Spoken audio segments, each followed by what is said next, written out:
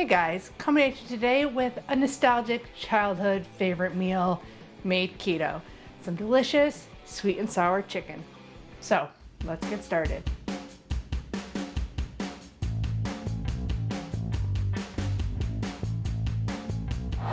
Hey everyone, welcome back. If you're new here, thanks for joining me. My name's Alycia. I'm a pastry chef with a sweet tooth, but I spent most of my life in the restaurant business, and now I own a keto gluten-free bakery. And I'm here to show you all the tips and tricks on how to make the best recipes possible. So if you enjoy my recipes, please hit the subscribe button down there, give the video a thumbs up, leave me comments, and share with all your friends and family. It doesn't cost you anything, but helps me out a great deal and helps me bring you new recipes every Saturday. Today, a childhood favorite. Put up some pictures, at least around here in Buffalo, New York. This is the sweet and sour chicken I'm going for, and I only found one recipe online that looked similar to what I remember eating as a child, but this was my go-to Chinese food order, just sweet and sour chicken. And I even ate it leftover cold. And when I figured out this recipe and it tasted just as good and just as good cold, I was enjoying it. Van was enjoying it cold. It brought me back to my childhood. So I'm super excited to make this again. And I think I'm gonna freeze it and have it in the freezer, like ready to go, kind of to pop it in the air fryer for a quick dinner for me. So let's get started on this pretty simple recipe. First, we are gonna start with the sweet and sour sauce. I think this is absolutely delicious, and I actually increased the amount a little bit because when me and my toddler were eating the leftovers, we actually just about ran out of sweet and sour sauce for the amount of chicken we had. So this will be enough for 2 pounds of sweet and sour chicken. Feel free to double it and keep it in the fridge because it will not go bad for a long time in the fridge because vinegar-based things really don't go bad very fast. So I have 8 ounces of water already measured out here. I'm gonna add in 1/3 cup of unsweetened ketchup. I got the Primal Kitchen. This top goes crazy, so be very careful with it. And then 1/3 cup of white vinegar. You can definitely use different vinegars. It doesn't really matter, I don't think. A little bit more. Whoopsies. We're gonna put that into our pot. A normal sweet and sour sauce, I've seen it made a couple of different ways. I had one chef that literally just did equal parts of ketchup and grape jelly, and that was their sweet and sour sauce. The recipe I followed was one using most of the ingredients we're using here, plus pineapple juice and sugar. So I've been loving this product, Stir. It is, I think it says less than 1 carb or 1 carb per half teaspoon. So this is just fruit and flavor blend, natural flavors, white grape juice, pineapple juice, orange juice, water, citric acid, fruit and vegetable juice for color, natural stevia, and malic acid. That's pretty much it. So I've been using this a lot for different applications. I'm going to be coming at you with a recipe hopefully in a couple of weeks also using these. So stock up if you want to do that recipe. But they come in a bunch of different flavors. I use the electrolyte ones in my water, and I've taken my ketones and blood sugar and it doesn't spike or anything. So I like using these. This is nice because 1.5 teaspoons, 3 carbs, and it gives you that little sweet pineapple and the extra stevia. And then we just use a little bit of allulose to sweeten it the rest of the way. Because I've made General Tso's sauces with all allulose. I get stomach issues from it, from eating too much allulose. So I have to be careful on how much allulose I consume. And when you're eating dinner and eating a lot of sauce on your chicken, you end up eating a lot of allulose. So I'm gonna turn that on medium, get it to a boil, and we're gonna get our allulose, which I'm using 60 grams, which is about 1/3 cup. I usually just weigh it on a scale because it's easier that way. I was debating on adding the red food coloring to this to make the thumbnail look real nice. Still have yet to decide. This allulose I have now is super powdered. So 1/3 cup is weighing only 40. You can also just use more stevia if you want to. Okay, so 1 tablespoon is 10 grams, so it's 50. And I'm just probably gonna add the rest of this. I had to go grab allulose from downstairs. I don't bake a lot up here. So depending on your grind of allulose, it's gonna determine how many cups or tablespoons or whatnot it is. Okay, we need 1/4 teaspoon. I thought I had it over here, guess I don't. I did 1.5 times, so 1/4 and a half, so 1/4 and 1/8 of salt.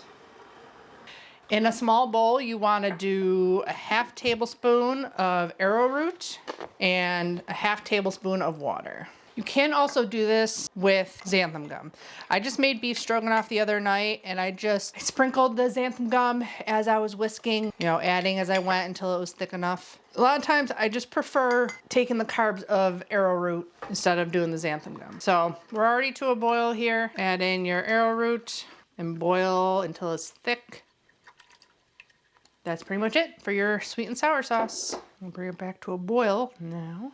I didn't figure out the carbs on the sauce itself. I just put everything into my carb manager for all this sauce, plus all the chicken and batter, and it's 33 grams of carbs for the entire thing. And I ate it for dinner, my husband ate it for dinner, my husband ate it for lunch twice, I ate it for lunch once, and my son ate it for lunch once. So it makes quite a bit of chicken, especially if you pair it with some hearts of palm rice and some steamed broccoli, you know. Don't just eat the chicken, you know. Let that boil for a couple of minutes and we'll get on to the chicken portion of the sweet and sour chicken. It's not gonna be super thick when it's hot, but you don't typically use sweet and sour sauce like boiling hot. You know, usually it's just like room temperature. So it'll thicken as it cools down a little bit too. You should taste it for sweetness and salt. Grab a spoon real quick.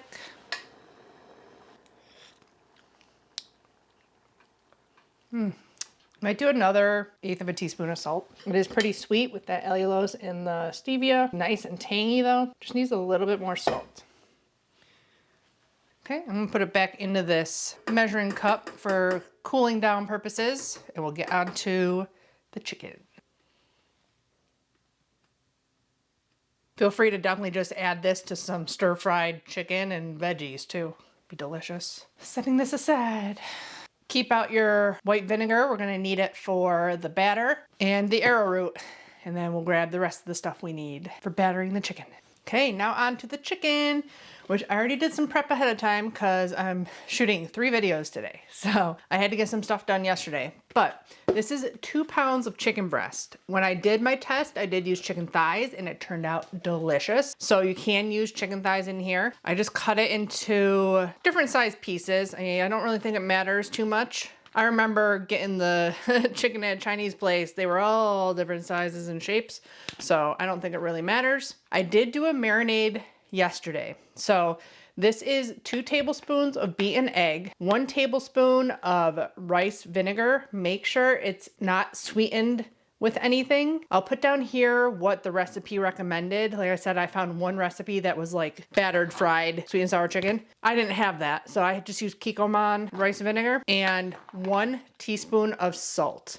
So that has been marinating overnight. When I tell you I did this test and I only let it sit for 20 minutes, it made it so juicy and flavorful just with that 15 minutes. So I'm excited for this overnight soak. That is ready to go. So that was 2 tablespoons of egg, 2 tablespoons left of the egg. That's gonna go into the batter. I kept basically half the egg. Now for the batter, which this is the hardest part and it does include a lot of ingredients. I just went off my beer batter recipe, but I did a couple of different changes to it and I upped it a little bit because my beer batters about 1.5 pounds of meat and this is 2 pounds. So I had to up it a little bit and just adding that egg, adding a little bit of vinegar, and using water instead of beer. So if you want to know all the details about my beer batter and if you can do swaps and stuff like that, I'll link up there my beer batter recipe. Oh, and adding a bunch more baking powder because we want this puffy, not thin and crackly crispy. So I just usually weigh everything because it is so much easier, especially with a bunch of different ingredients, to just use 1 scooper of some kind and just sprinkle on your scale instead of trying to do a teaspoon and a tablespoon of everything and anything. It's a pain in the butt. And you can do big batches of this and then just add as much water as you need to make the batter the consistency you need. 40 grams or about a 1/2 cup. That was 42. Much easier just to sprinkle and get the right number. I kept it at 12 grams of arrowroot because this is where most of your carbs come from. So I didn't want to up the cornstarch or arrowroot if I don't have to. In a regular recipe, it was like 2 cups of self-rising flour and 2/3 of a cup of cornstarch. So it called for a lot. I kept it at just 12 grams. So a tablespoon and a half. We need 1 whole teaspoon of salt and 1 whole teaspoon of baking powder. My beer batter only had 1/8 of a teaspoon in it. And I'm using double acting because that's what I have up here. And then the last 3 things, well, 4 things, xanthan gum, obviously, but egg white protein, bamboo fiber, and coconut flour. So we're doing 16 grams of egg white, which should be 2 tablespoons. Oh, that was 12. That's why I don't like doing tablespoons and teaspoons. That barely registered. That was 15, 16, 2.5 teaspoons. Bamboo fiber, 16 grams also. I pretty much did even amounts of everything. We're at 76, so we've got to be at 92. 3 tablespoons of bamboo fiber, and then 16 of coconut flour. So need to go to 108. 2 tablespoons, 2.5 teaspoons, same as the egg white. And the last thing is just a 1/2 teaspoon of xanthan gum, which I did not change from the other recipe. This is only a quarter, so I'm gonna do 2 of those. That's it. So that is 110 grams of dry mix. So if you were to make a big batch of this, 110 grams, you measure it out, add in your egg, water, vinegar, and you got your batter. I hope you appreciated that because I just had to do a bunch of math in my head and I'm not good at it. Okay, so we're whisking all those dry ingredients up. Before we get anything else done, I'm gonna start my oil here. I'm gonna have to add more to this. I explained a lot about oil in several of my recipes, but this is refined coconut oil. You cannot use extra virgin to fry in because the smoke point is so low. Same thing with olive oil. Avocado oil is a good thing to fry in, peanut oil, beef tallow, stuff like that. Make sure your smoke point is above 375 for whatever oil you end up choosing to fry in. I actually bought a spider after the last time I did a fry video because I'm like, I need one. I'll have linked below on Amazon the best deals for the refined coconut oil. We're gonna need a little bit more in here, I think. About 2 or 3 inches of oil. And that was reused. That oil was from the other day and I just strained it and then put it back in the pot and put a lid on it so I could use it today. Besides the leftover egg, we need 1 teaspoon of vinegar and about 8 to 10 ounces of water. It all depends on your ingredients because I've found that different brands have different absorbencies too. So that's why these recipes are nice because you only add as much liquid as you need to get the consistency you need for battering your chicken. So I have about 9 ounces of water there. We're already up to 225. And someone said push in and hold the sound button. It doesn't do anything to turn off that stupid sound. So annoying.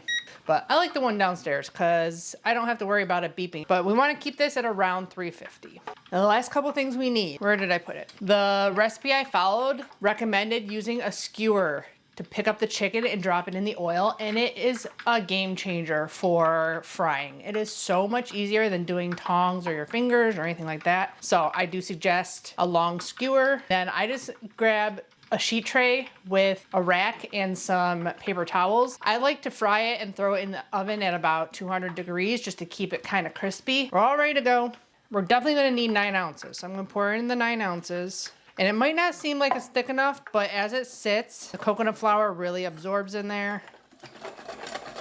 And if you really whisk it, I've noticed that xanthan gum now, like you really need to whisk it in order to get it to activate real good. I've noticed like if you don't whisk something enough, it won't get thick like it would if you really whisk it up. So let that sit a minute, thicken up. Just turn this off. And crazy. And as it thickens, it's easier to get a real good whisk on it.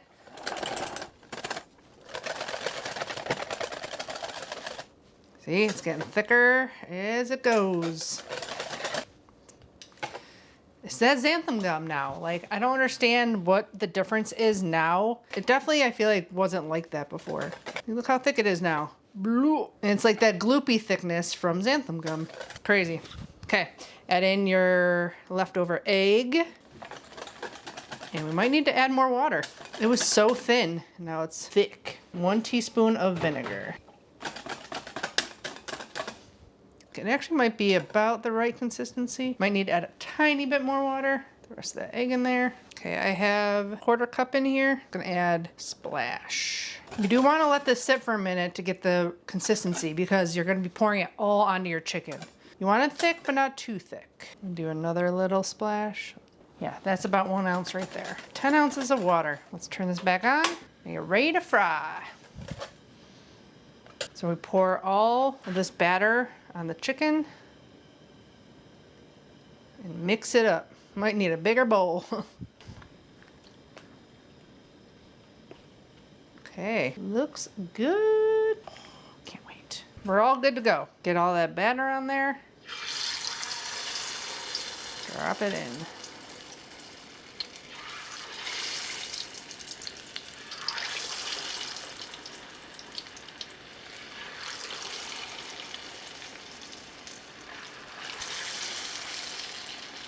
You're just cooking it until it's golden brown.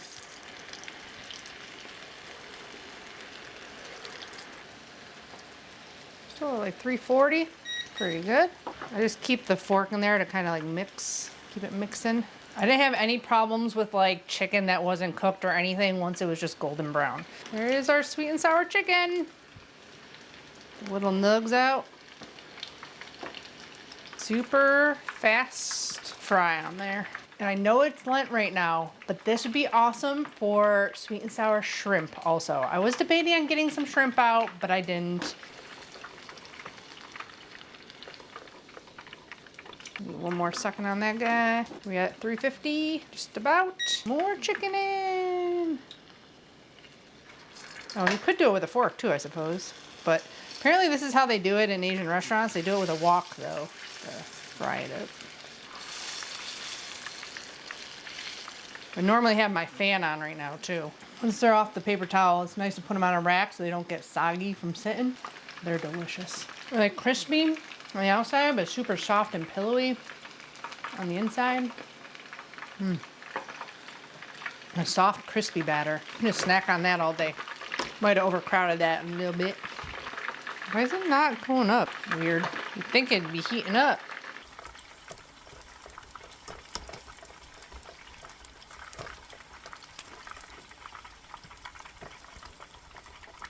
And while this is frying up, you can be getting some veggies steamed up. I'm steaming up some broccoli back there. But also I love for a quick side dish.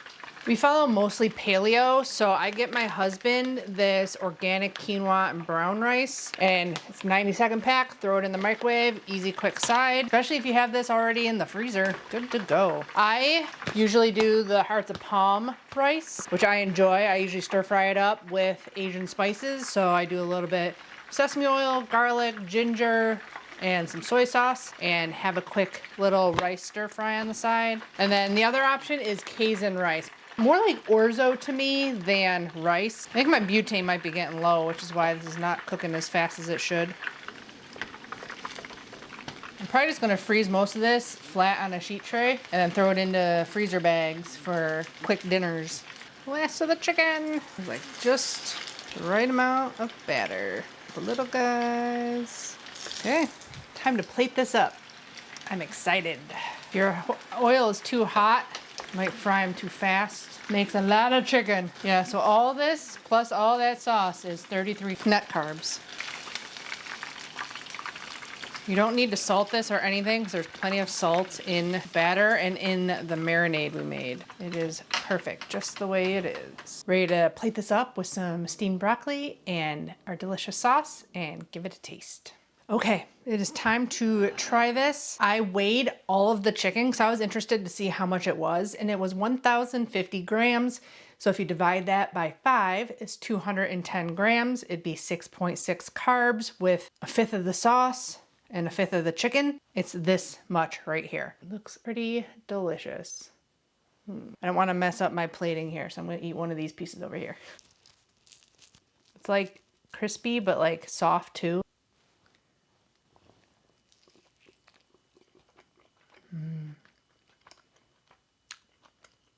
Super juicy, crispy, fried, sweet, tangy.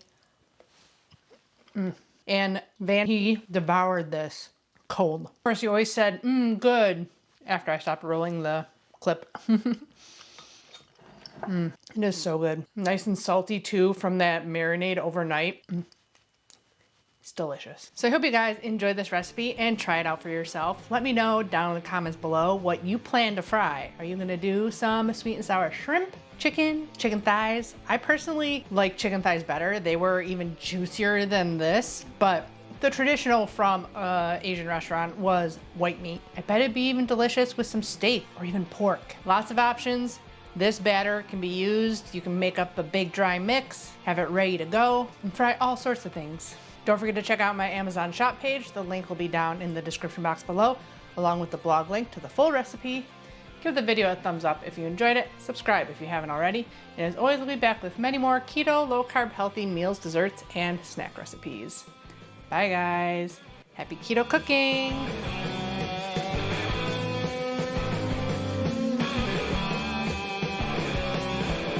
Look at this big one.